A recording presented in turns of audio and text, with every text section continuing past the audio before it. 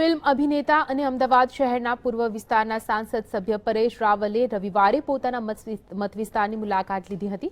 આ મુલાકાત દરમિયાન પરેશ રાવલે નરોડા મેમકો સ્થિત રહેલા વીર સંવારકર સ્પોર્ટ્સ સંકુલ હોલની પણ મુલાકાત લીધી।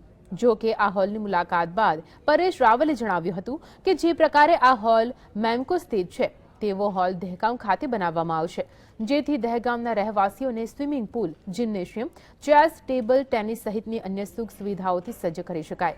સાથે સ્પોર્ટ્સ સંકુલની મુલાકાત બાદ પરેશ રાવલ સાંજે નરોડા દહેગામ રોડ પર આવેલા હંસપુરા રેસિડેન્સી ખાતે નરોડા વિસ્તારના કોર્પોરેટર સહિત સ્થાનિક આગેવાનો સાથે મીટિંગ કરશે અને આ મીટિંગમાં નરોડા તથા આસપાસનો વિસ્તાર સમસ્યાઓ પર ચર્ચા કરીને તેની તાત્કાલિક દૂર કરવા શું કરવું તે મુદ્દે ચર્ચા કરવામાં આવશે।